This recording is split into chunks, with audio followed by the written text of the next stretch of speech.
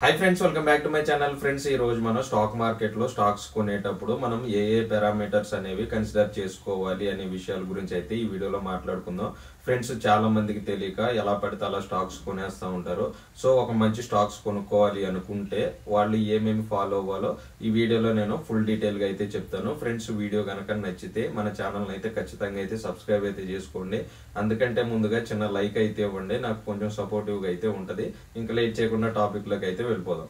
friends first of all మనం ఒక stock ని చూస్ చేసుకునేటప్పుడు ఆ స్టాక్ అనేది మనం బ్యాక్గ్రౌండ్ వర్క్ అయితే చేయాలన్నమాట సో ఆ బ్యాక్గ్రౌండ్ వర్క్ లేకుండా మనం ఏ స్టాక్స్ కొన్నా కూడా మనం నష్టాల్లో ఉండే ఛాన్సెస్ అయితే ఎక్కువగా ఉంటాయి సో మీరు ఏదైనా ఒక స్టాక్ కొనేటప్పుడు దానికి బ్యాక్గ్రౌండ్ వర్క్ అంటే మీరు ఆ కంపెనీ డీటెయిల్స్ కానీ లేకపోతే ఇంకా కంపెనీ యొక్క గ్రాఫ్ లాస్ట్ 5 years లో కానీ లేకపోతే 1 year లో ఎలా ఉంది దాని గ్రాఫ్ దాని స్టాక్ ఎలా పడుతుంది లెగుస్తుంది అని చెప్పేసి మనకి ఫుల్ డీటెయిల్ గా అయితే బ్యాక్గ్రౌండ్ వర్క్ అయితే చేయాల్సి ఉంటుంది అనమాట సో చాలా మందికి తెలియక అసలు ఈ బ్యాక్గ్రౌండ్ వర్క్ కూడా ఏమి చేయకుండా ఇన్వెస్ట్ చేస్తూ ఉంటారు సో దాని వల్ల వాళ్ళు నష్టపోవడానికి అయితే ఛాన్సెస్ అయితే ఎక్కువ ఉంటాయి so first of all main గా మనం బ్యాక్గ్రౌండ్ వర్క్ అనేది ఒక స్టాక్ మార్కెట్ లో స్టాక్స్ కొనేటప్పుడు మనం ఖచ్చితంగా చేయాల్సిన మొట్టమొదటి పని అన్నమాట ఫ్రెండ్స్ ఇంకా రెండోది చూసుకుంటే మనం అది ఫ్యూచర్ గ్రోత్ కాదా అని చెప్పేసి ఆ స్టాక్ ను మీరు అయితే ఖచ్చితంగా తెలుసుకోండి ఎందుకు అంటే ఇప్పుడు రాబోయే కాలంలో ఇప్పుడు సపోజ్ నేను ఒక ఎగ్జాంపుల్ అయితే చెబుతాను రానున్న రోజుల్లో ఇండియాలో మనకి అన్ని కూడా మనకి ఎలక్ట్రిక్ కార్స్ అనేవి నడుస్తూ ఉంటాయి అనమాట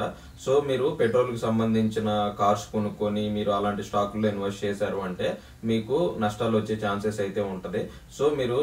చూస్ చేసుకునే స్టాక్ అనేది ఖచ్చితంగా మీరు ఫ్యూచర్ గ్రోత్ ఉంటుందా లేదా మినిమం ఒక 5 years కానీ 3 years కానీ గ్రోత్ ఉండి మనకి బాగా డబ్బులు ఇస్తుంది అన్న నమ్మకం మీకు అయితే ఉంటేనే అలాంటి స్టాక్స్ అయితే మీరు ఖచ్చితంగా అయితే తెలుసుకొని అందులో ఇన్వెస్ట్ చేయడానికి అయితే ట్రై చేయండి ఇంకా మూడోది చూసుకుంటే మనం షేర్ మార్కెట్ లో చాలా స్టాక్స్ అయితే మనకి చాలా పెద్ద పెద్ద స్టాక్స్ అయితే ఉంటాయి అన్నమాట సో మీరు ప్రైస్ అనేది ఒకసారి అయితే చెక్ చేసుకొని మీరు ఇన్వెస్ట్ చేయడానికి అయితే ట్రై చేయండి ఇప్పుడు ఒక 2000 3000 అలా ఉన్న స్టాక్స్ అయితే మాక్సిమం అవాయిడ్ చేయండి మీ దగ్గర డబ్బులు ఎక్కువ ఉన్నాయి అనుకుంటే కనుక మీరు ఆ స్టాక్స్ కొనుక్కోవడానికి అయితే ట్రై చేయండి మనకి మాక్సిమం ఒక 1000 రూపీస్ లోనే ఒక స్టాక్స్ బెస్ట్ స్టాక్స్ అయితే దొరుకుతూ ఉంటాయి అనమాట సో మీరు ప్రైస్ కూడా ఒకసారి అయితే చెక్ చేసుకోండి ఆ ప్రైస్ చెక్ చేసుకున్న తర్వాత మీరు ఇన్వెస్ట్ చేయడానికి అయితే ట్రై చేయండి మీరు బిగ్ అమౌంట్ లో లాస్ అవటం కంటే తక్కువ అమౌంట్ అనేది తక్కువ మంచి స్టాక్స్ కొనుక్కొని పెట్టుకోవడం బెస్ట్ అనమాట ఎందుకంటే మీకు రెండో ఆప్షన్ చెప్పాను కదా మీకు ఆల్రెడీ రెండో పాయింట్ అదేంటి అంటే ఫ్యూచర్ ఉన్న స్టాక్స్ అని చెప్పేసి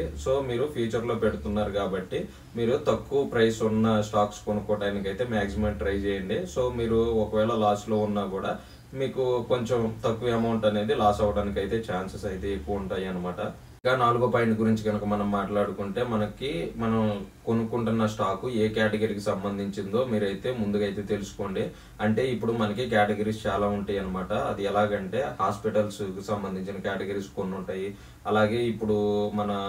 రవాణాకి సంబంధించిన స్టాక్స్ కొన్ని ఉంటాయి సో ఇలా కేటగిరీస్ కొన్ని అయితే ఉంటాయి అనమాట సో ఆ కేటగిరీ అనేది ఫస్ట్ మీరైతే తెలుసుకోండి మనం ఏ కేటగిరీలో ఇన్వెస్ట్ చేస్తున్నాము అని చెప్పేసి మీకు అంటూ ఒక ఐడియా ఉండాలన్నమాట సో మీరు టెక్నాలజీకి సంబంధించిన స్టాక్స్ కొనుక్కుంటే మీకు మంచి వర్క్ అయితే చేయాల్సి అయితే ఉంటుంది వాటిపైన సో మీరు కేటగిరీ అనేది ఫస్ట్ తెలుసుకోండి ఫుడ్ కి సంబంధించా లేకపోతే టెక్నాలజీకి సంబంధించా ఇలా హెల్త్ కి సంబంధించి ఇలా కేటగిరీస్ అయితే కొన్ని ఉంటాయి అనమాట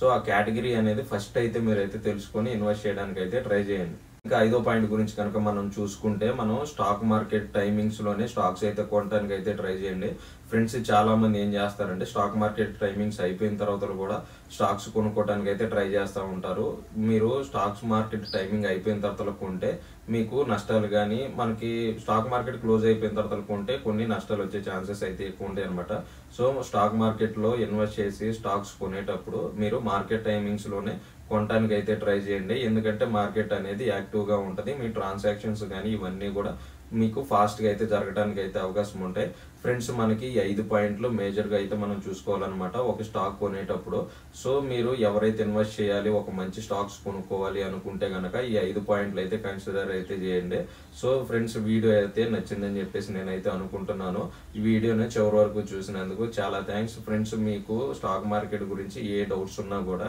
మీరు కామెంట్ సెక్షన్ లో అడగండి నేను ఖచ్చితంగా అయితే రిప్లై అయితే ఇస్తాను